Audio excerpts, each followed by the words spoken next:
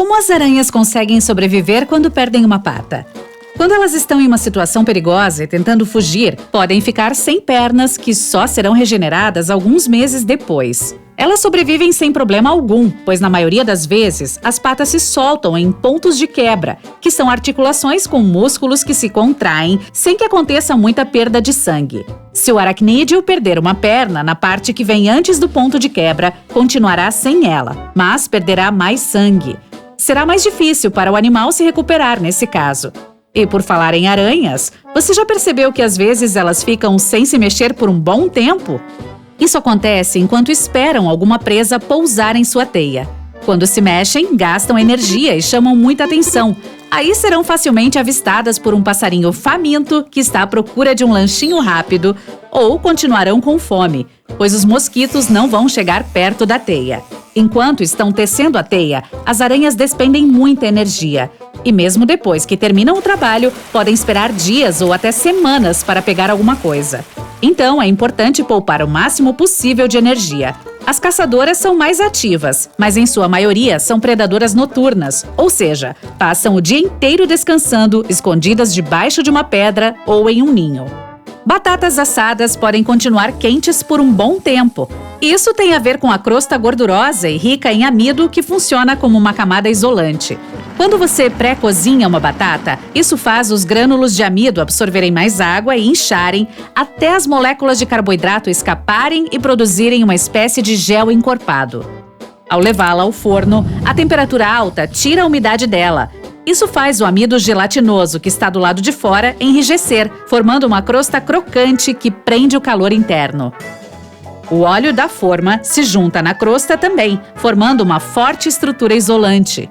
Os passarinhos não são eletrocutados quando pousam sobre os fios de energia, porque não são as voltagens que podem prejudicá-los, e sim a diferença entre elas, sem as quais a eletricidade não flui. Então, se você vir um passarinho pousar sobre uma única linha que tem, digamos, 35.000 volts, a falta de uma diferença de voltagem é o que manterá o animal seguro. Mas se ele esticar acidentalmente as asas e encostar em outra rede elétrica que possui uma voltagem diferente, será o fim do bichinho. É por isso que as companhias de energia sempre deixam bastante espaço entre os cabos. Você já se perguntou por que os pilotos de avião não tentam pousar na grama quando o trem de pouso não é acionado?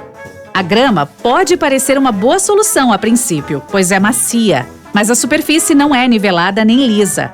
Quando a pressão é alta, pousar nesse piso pode causar movimentos imprevisíveis e gerar problemas por causa dos sacolejos e da pressão desigual. Dessa maneira, há o risco de ocorrer vazamento de combustível e de emperramento das portas. As cabeças carecas costumam ser brilhantes, mesmo quando a pele de outras partes do corpo humano não são.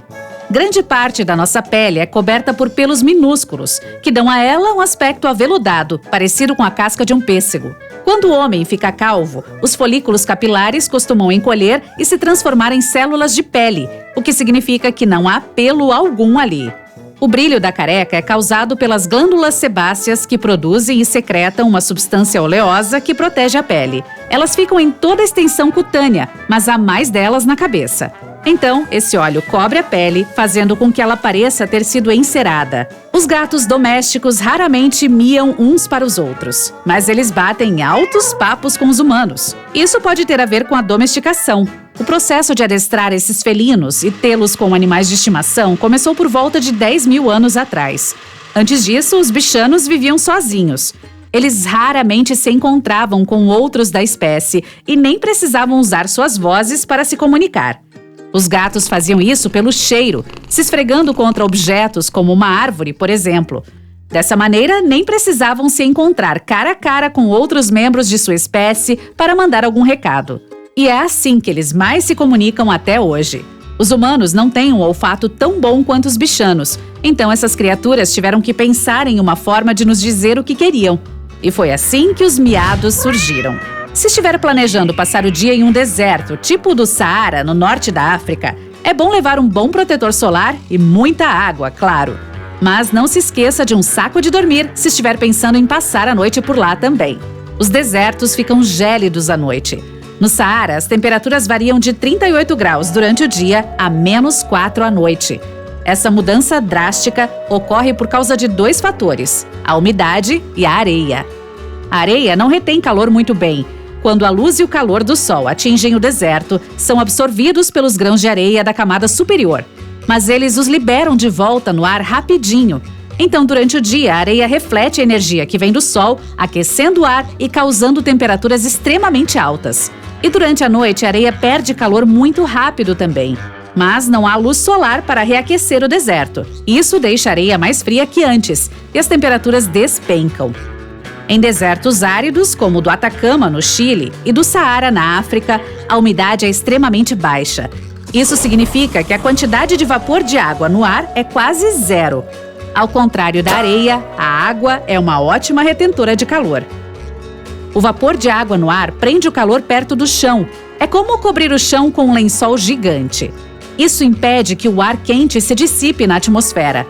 Outra coisa, quando o ar tem um alto nível de umidade, exige mais energia para aquecer. Isso significa que leva mais tempo para essa mesma energia desaparecer e para os arredores ficarem mais frios. Como quase não há umidade nos desertos, essas regiões podem aquecer e resfriar muito rápido. Se você esquentar água no micro-ondas para fazer chá, ele terá um sabor menos gostoso do que se ela for aquecida em uma chaleira. Isso porque a temperatura do líquido é a chave de um chá saboroso. A água deve atingir o ponto de fervura antes de ser despejada sobre as folhas, sejam elas soltas ou presas em sachês. Isso é muito mais fácil usando uma chaleira, tanto a elétrica quanto a de fogão. Quando a chama está acesa ou a chaleira está ligada, a água do fundo é aquecida. E à medida que vai ficando mais quente, a do resto do recipiente atinge o ponto de fervura. O micro-ondas não aquece do fundo para cima. Ele cria ondas eletromagnéticas que saltam aleatoriamente no interior dele. Você já deve ter percebido isso quando esquentou alguma sobra de comida.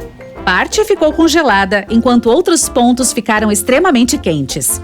O mesmo acontecerá com a água, pois é difícil controlar a energia do micro-ondas. Um líquido super quente também não faz um bom chá. Quando a água excede os 100 graus, que é o ponto de ebulição dela, pode destruir os componentes que dão aquele gostinho específico para o chá. Você já viu que a maioria dos plugs que os norte-americanos usam possuem furos nos pinos? Eles surgiram no começo do século XX, quando Harvey Hubbell Jr. inventou diferentes tipos de plugs elétricos.